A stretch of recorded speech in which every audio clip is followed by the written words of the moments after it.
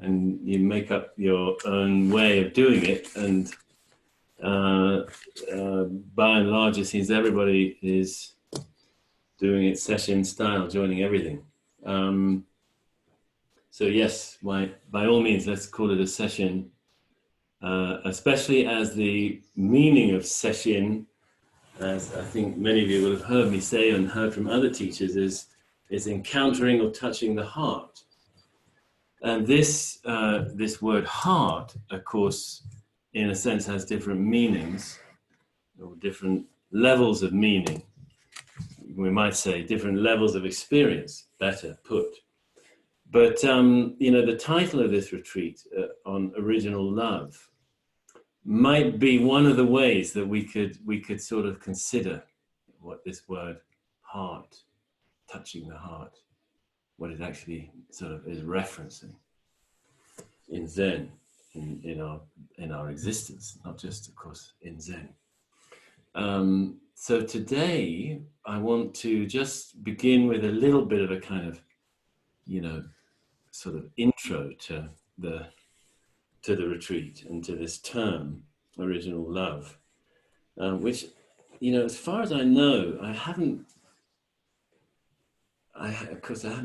checked all that widely, but I haven't seen it used in the sort of sense that I mean it.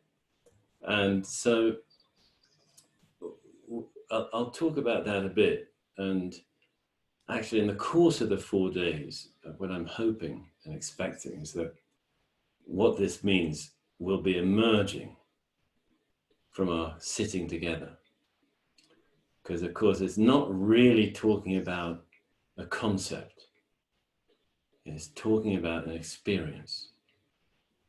In fact, the way I see it is talking about, in a sense, various sort of kinds or levels of experience. In other words, there are various ways in which we can meet original love.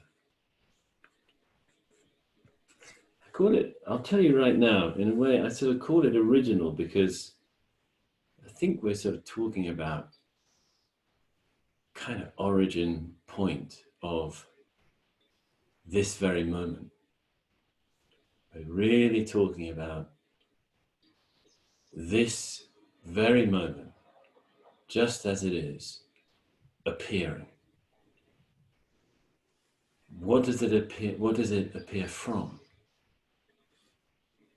Does it leave behind what it appears from as it appears?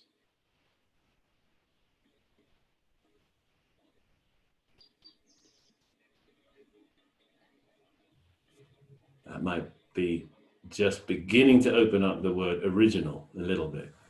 What about the love part? Well, the love part would be sort of, if we come to know a little bit the origin point, have a taste of what is actually there, then the very fact of this moment appearing in this way, seeing sights, colors, light and dark, hearing sounds, feeling, having body sensations, inward and outward body sensations, thoughts coming, emotions, desires, wants, fears, information, things we can think about. All of this, the very fact of it arising at all, that's the love part. The arising, appearing of anything at all.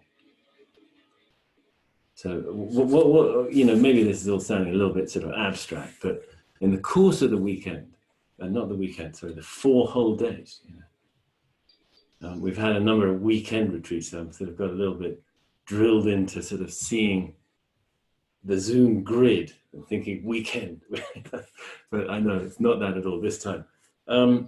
Really, better part of a week. in the course of it, we'll be I hope, really coming to taste this more as an experience and less as a concept.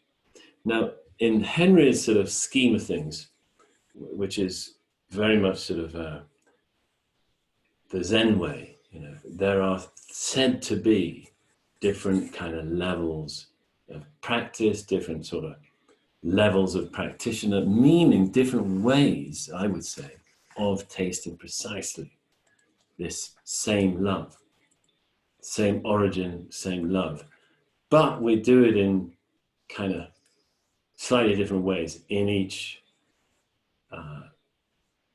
zone, so to speak, of practice. The word levels is tempting, and I know I've used it quite a bit, but it is a bit misleading. So anyway, let me just tell you as a little map, essentially, I keep sort of seeing it as roughly 4 ways. And by the way, Wei Nung, the 6th Chinese ancestor, he saw it as 4 styles, ways, levels, paths of practice. He said there were 4. And in our introductory talks that we've inherited from the earliest days of this particular formation of Zen, Sambo Kyodan, or now Sambo Zen, there were actually 5. But I'm been working with the notion of 4 sort of levels, zones, paths. And basically, we're going to sort of try to focus on one each of these 4 days. So today we're looking at the first. And what is this first level of original love? Well, essentially, it's, in the old Buddhist terminology, it's worldly well-being. Sukha on the worldly level, well-being on the worldly level.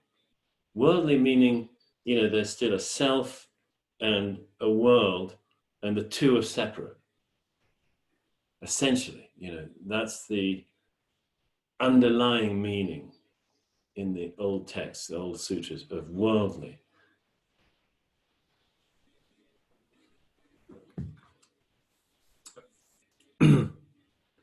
This is, the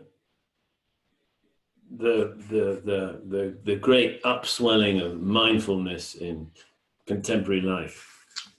It's all about this level, well-being. It's very easy to get as a practitioner seeking sort of deeper resolution in life. It's quite easy to get waylaid on this level because it can really help a lot. We can become much happier with us in ourselves. We can become much happier in terms of relationship. We can, as we go further, we can open up more to the state of the world around us and have a self-regulating methods for being able to face the great sort of tragedies and horrors and injustices and cruelties and many problems in the world around us. So it's immensely valuable to have this resource for facing the world, and for being able to approach relationships and other people and relationships of all kinds in more harmonious and balanced and less reactive ways. So this is, I think really this is necessary.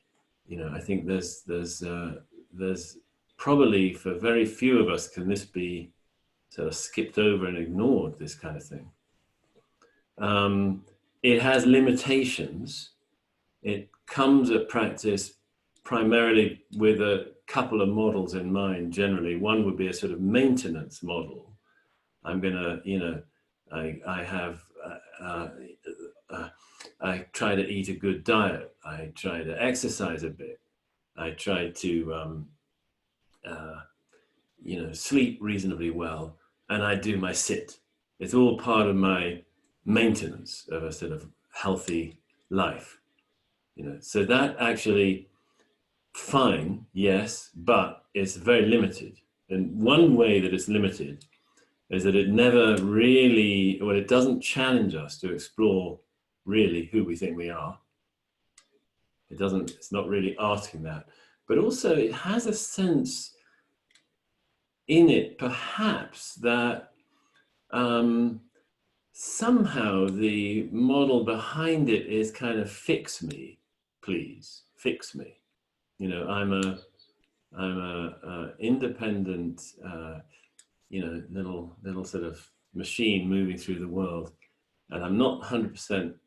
I could use a tune-up. Sometimes I really need, like I was saying earlier, the hood opened, and I need a new gasket. I need, it's kind of fix me, And now, I mean, as somebody who went through a fair bit of trauma in early life, in my own particular and unremarkable way, I definitely limped into meditation in the age of 24, 25, needing to be fixed a bit.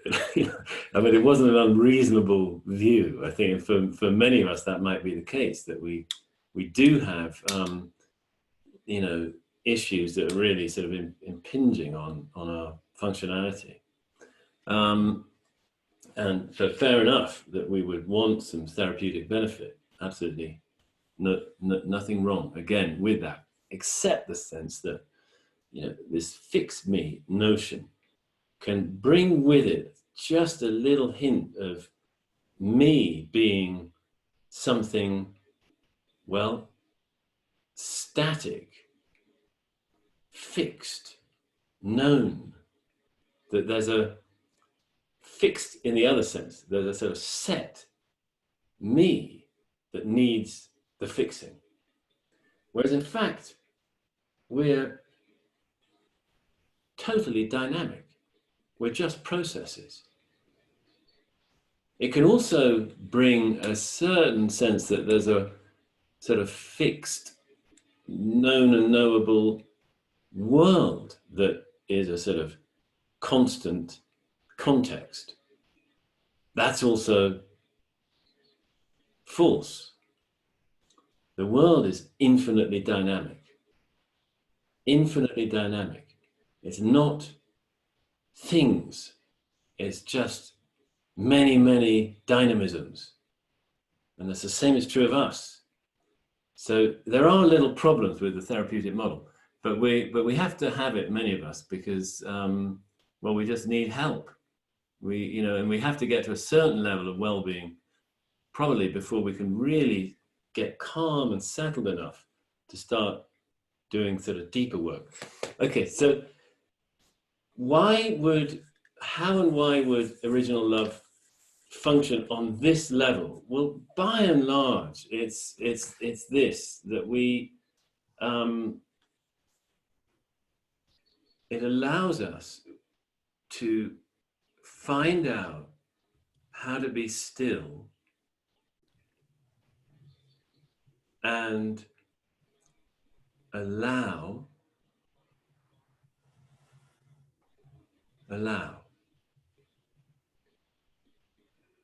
I think it's really better to use that verb intransitively. Some of you will know grammar.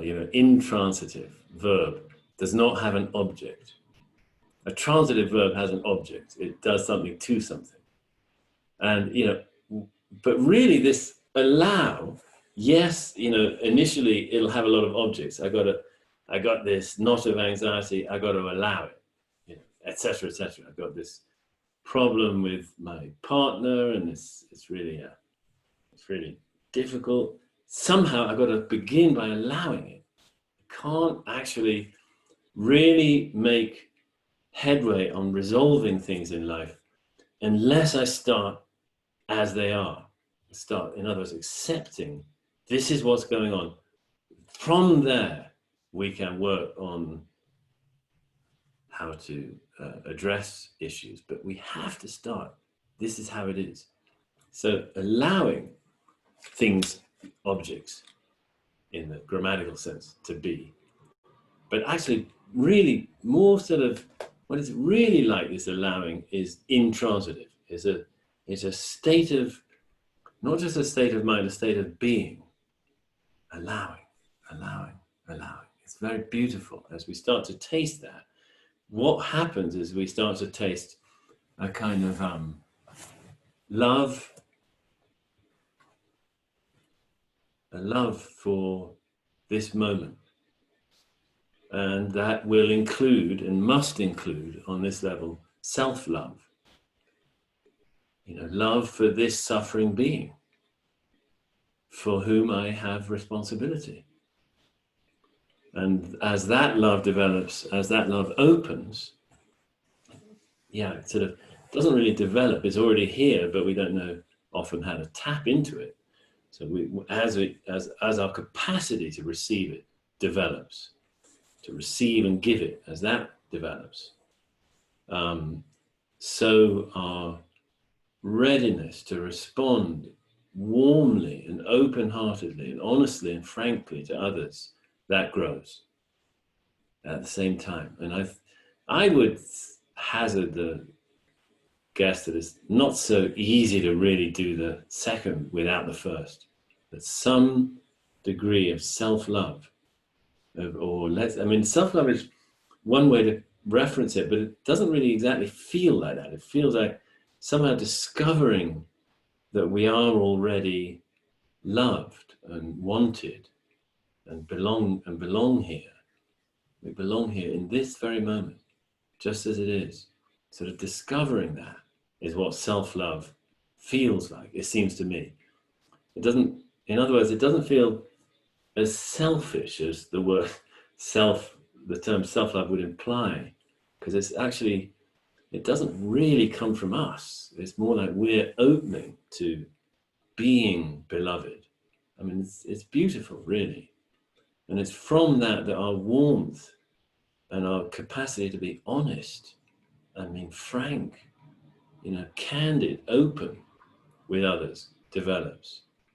And intimacy, of course, rests on that frankness, openness. So it's beautiful and it's important. And as we taste it more and more, and how do we taste it? Well, through doing the work of being still and finding what resistance there is to being still. Really, it's working with the 5 hindrances, as early Buddhism calls them: desire, aversion, dullness, restlessness, and doubt. Basically working, noting when they're coming up and giving them space, giving them a home, being loving to them. That then allows them to feel welcome. And as they feel welcome, in a sense, we feel welcome. We stop feeling that we've got to get rid of something and that we're insufficient. If we feel this way, we're not good enough. It becomes a unhelpful circle. Okay, now that's on the personal level. And on the interpersonal level, well, there's our immediate friends and family and folks who will benefit from our being less reactive, calmer, kinder, and so on, warmer hearted. But, dear friends, it's not enough. It's not enough. And I'm going to pivot now and talk to the times that we're in right now. Black Lives Matter. Black Lives Matter. Indigenous lives matter. Black lives matter. Lives of people of color matter. It's interesting thinking a little bit about white supremacy. White supremacy is not an opinion, it's not an ideological view, it's a fact. It's a fact, staring us in the face. White supremacist, that's a viewpoint. But white supremacy is not a viewpoint. There is simply no way around it. The facts speak for themselves. Overwhelmingly, positions of power of all kinds. This goes from, everything from political power to cultural, economic. It's not just mostly, but overwhelmingly white people. And, you know, I'm going to actually just read you, give me just a moment, I'm going to read you some facts off a little list I got sent. 10 richest Americans, 100% white. US Congress, 90% white. US governors, 96% white. President, vice president, 100% white. US House Freedom Caucus, 99% white. Current cabinet, 91% white. People who decide which TV shows we see, 93% white. People who decide which books we read, 90% white. People who decide which news is covered, 85% white. People who decide which music is produced, 95% white. People who directed the top 100 grossing films in the last year, 95% white. Teachers, 82% white. Full-time college professors, 84% white. Owners of professional football teams, 97% white. The most powerful groups in the country, all basically white. So we can't debate that. So what do we do about it? Well, what is our, as a predominantly white Sangha, who all well-meaning, you know, we all, I don't think any of us imagine are, you know, white supremacists.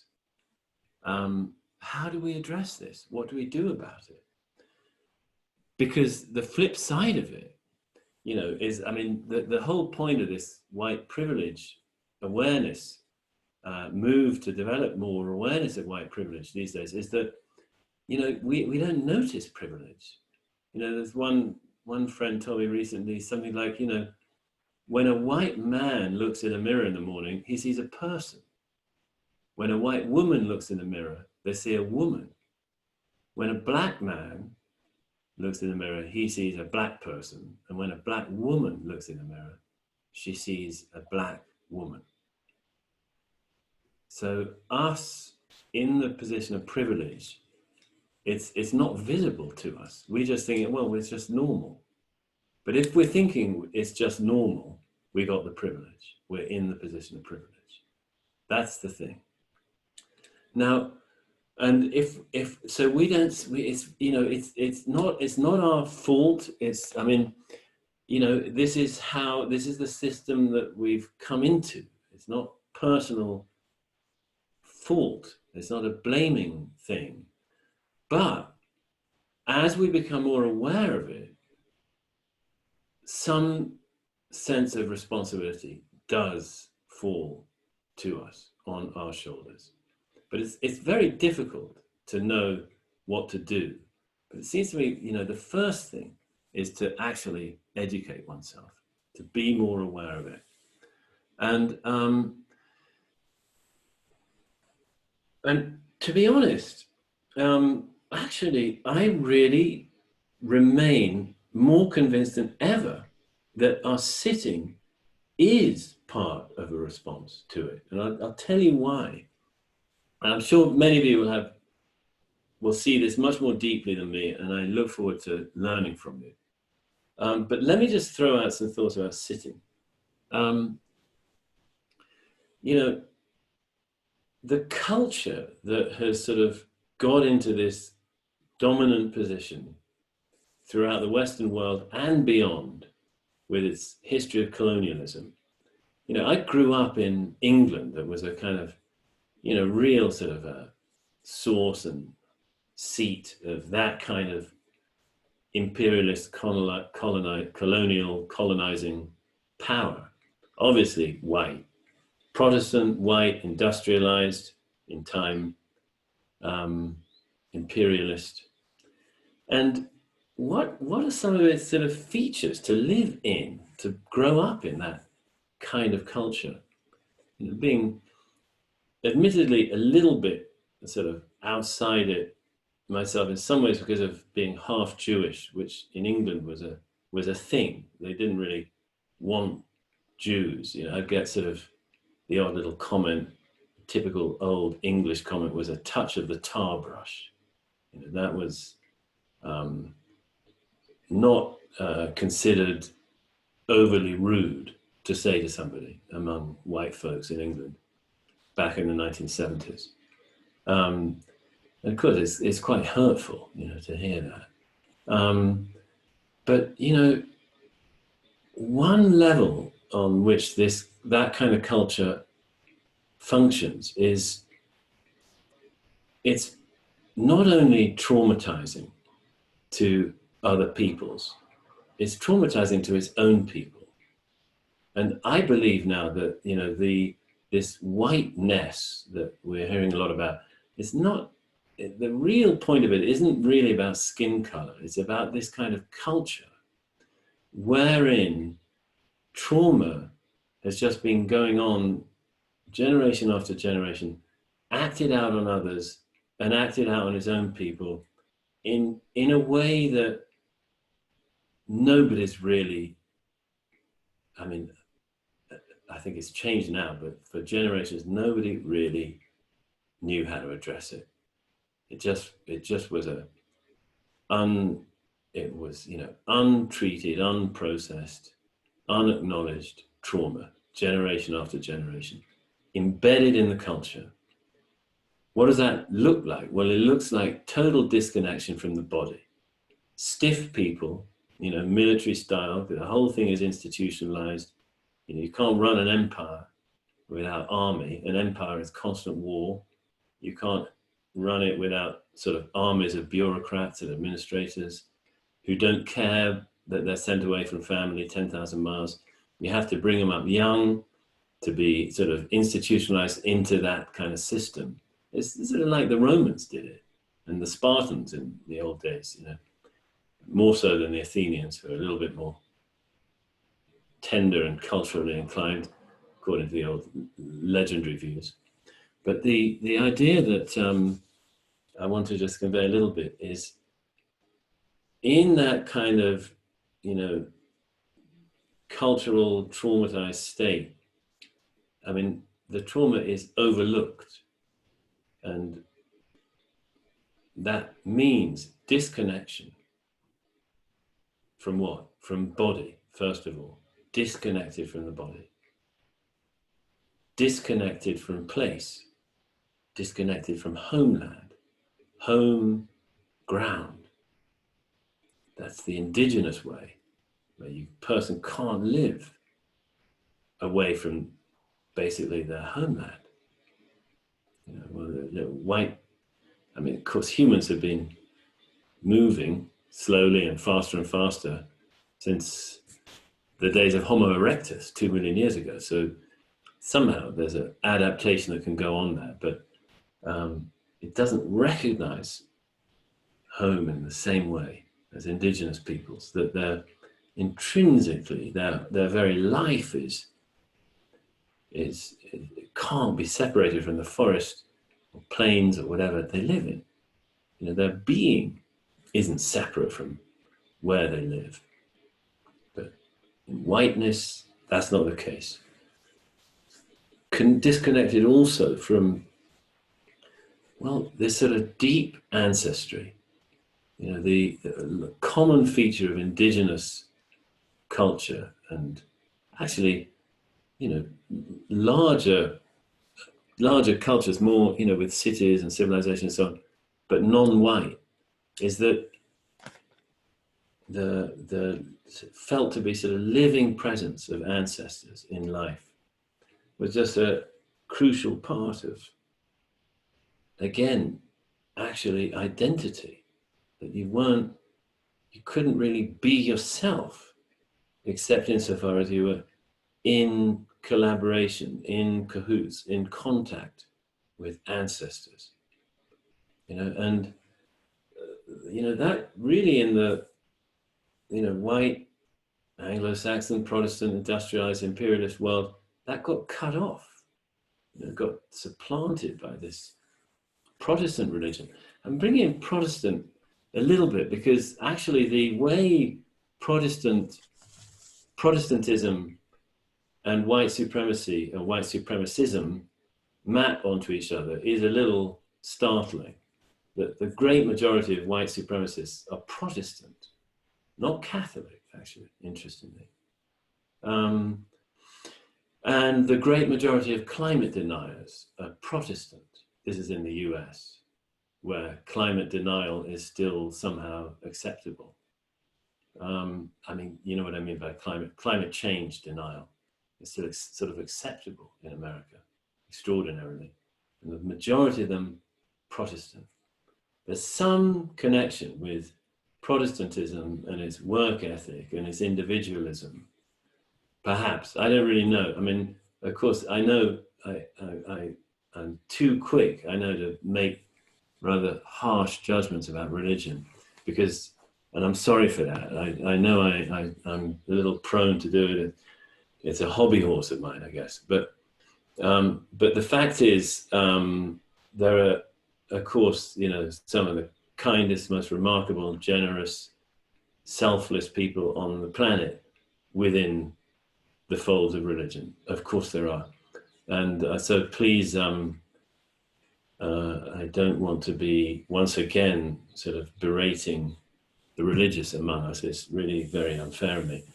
But nevertheless, there are some statistics around Protestantism that might deserve a little look. Now, okay, I want to just bring it once again back to the sitting and the body. You know, when I was a young guy, I was actually searching for, I didn't know it, but I was sort of searching for trauma relief. I was carrying trauma. I didn't know how to feel at all in my body from decades of eczema, and I'm not going to go over it all. Some of you have read my book, which I talk about it, and from difficult childhood, other ways, and so on. But one of the things that I did actually was, I'd come out of childhood with a skill, which was trombone playing. And I got involved in West Indian music in London. And I don't know what instinct it was that drew me to West Indian music, but it was very, you know, sort of positive music, calypso especially, a little bit of reggae, but mostly calypso and what they call soca, which was soul calypso from Trinidad, which was a sort of faster, even more upbeat form of calypso with electric guitars rather than acoustic. And for quite a lot of my early adulthood, you know, it wasn't uncommon for me, actually, frankly, to be the only white guy in the room, because I'd go to these bands in West London to rehearse and to play gigs, and, you know, everybody basically was black, except for me, and sometimes there was a trumpeter, sometimes there might be a keyboard player who was a white guy. And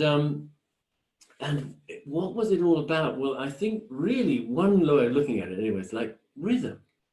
You know the saying, white men can't dance. I mean, it was just utterly true of me. I remember at a certain point I got very, very lucky. I got sent to Trinidad to play in a band there for a while. It sort of went off and on over actually several years. But there was a particular chunk of time I was there when I first got there. And this band, Blue Ventures, they were called, were very, they're incredibly welcoming and friendly, and they weren't one of the sort of famous bands, but they were busy, very, very busy. And they were, again, you know, mostly black. Actually, there was a couple of Chinese guys in it, a couple of Asian Indian people in it. Trinidad is a very mixed race place. It's predominantly Afro-Caribbean, but a lot of Indians from East India, and a lot of fair number of Chinese, fair number of Syrians and Lebanese, few Jews, and then a few white people sort of left over from the old days kind of thing. But they're not actually in positions of power in Trinidad, the white folks, because they were all typically in agriculture. Guess what? You know, and agriculture got nationalized, so they lost their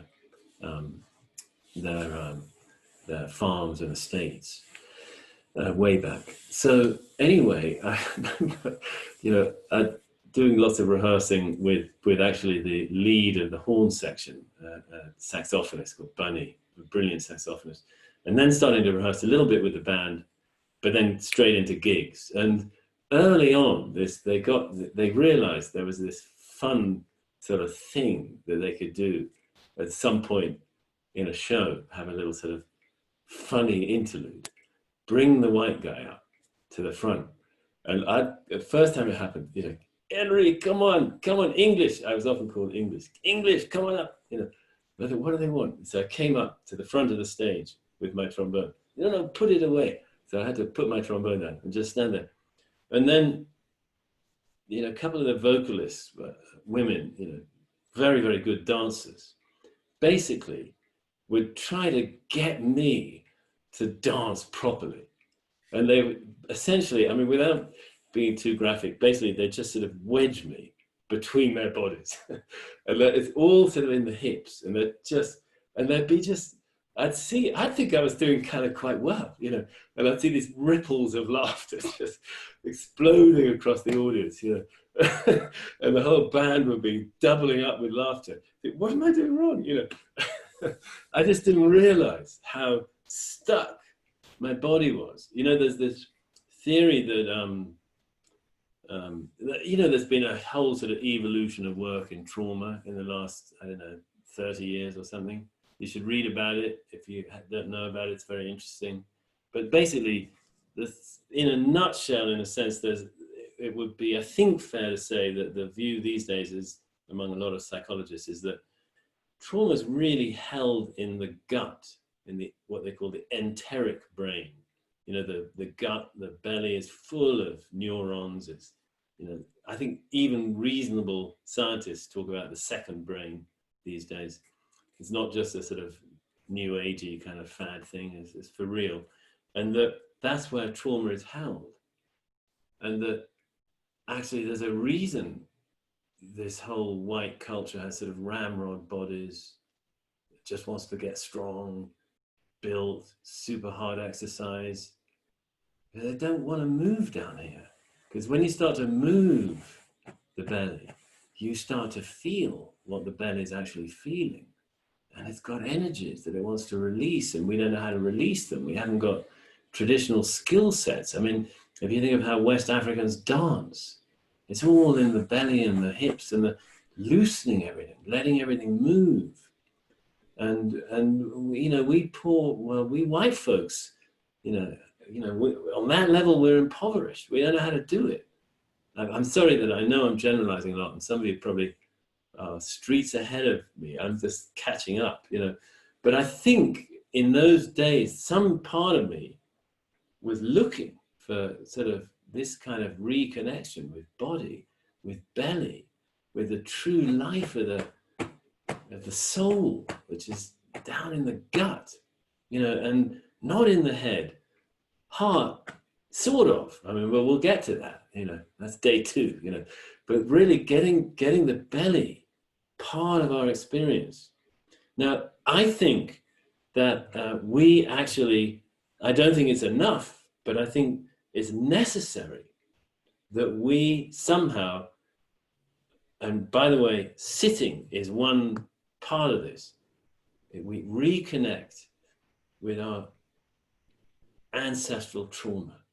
We reconnect with the fact that, we have been traumatized as we've been traumatizing swathes of the world. You can say, well, I didn't do that. My ancestry is from France or Belgium. We didn't do. Actually, Europe as a whole being part of this project, But it's not even just about the colonial venture. It's also about a certain kind of culture that what is it that has driven white folks to need all this overweening power? And what is power anyway? Is power the ability to modulate other people's suffering? Is that part of what power means? You get to determine how much other people's suffer. Is that it? I don't know. Could that be a way of defining it or a narrow part of what it means, because I think we all know that in America, people of color, have vastly different lives than white people on the whole, with a lot more suffering, a lot more trauma here and now. The school prison pipeline they talk about. The young black kids get institutionalized at schools, big schools that are basically underfunded, undereducated, and there's a pipeline into prison. And who benefits from that? White men who own the prisons. White judges feed the prisons so that white men get more profit. And young black men go into the prisons. And that's our mental health system, by the way.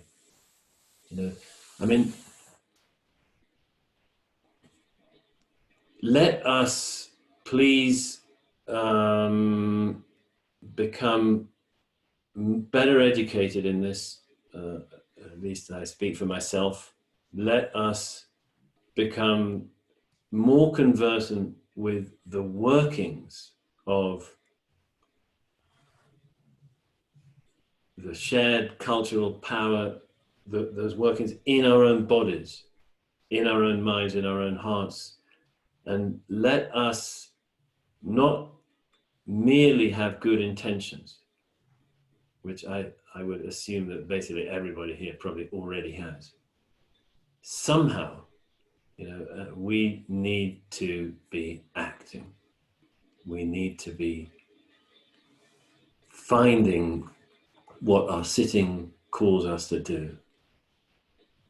And I don't think this should be sort of imposed by Mountain Cloud or something like that. I think there may be some collaborative, collective things Mountain Cloud wants to do, but I think each of us, as seriously committed to the ending of suffering, as a long-range goal, yes, but that is the stated goal. All beings freed from suffering. That's our stated goal. Yes, very long range, but doesn't matter. It's to be working toward it. Now, let us all please be not confining that to just being some good intention.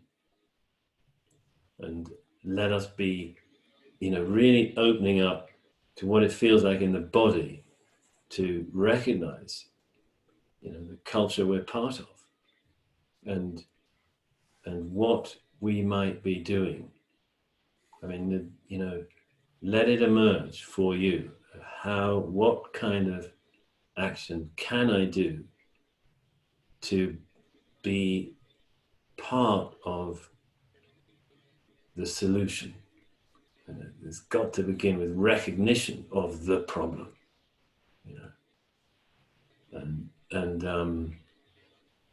okay, that's enough for today.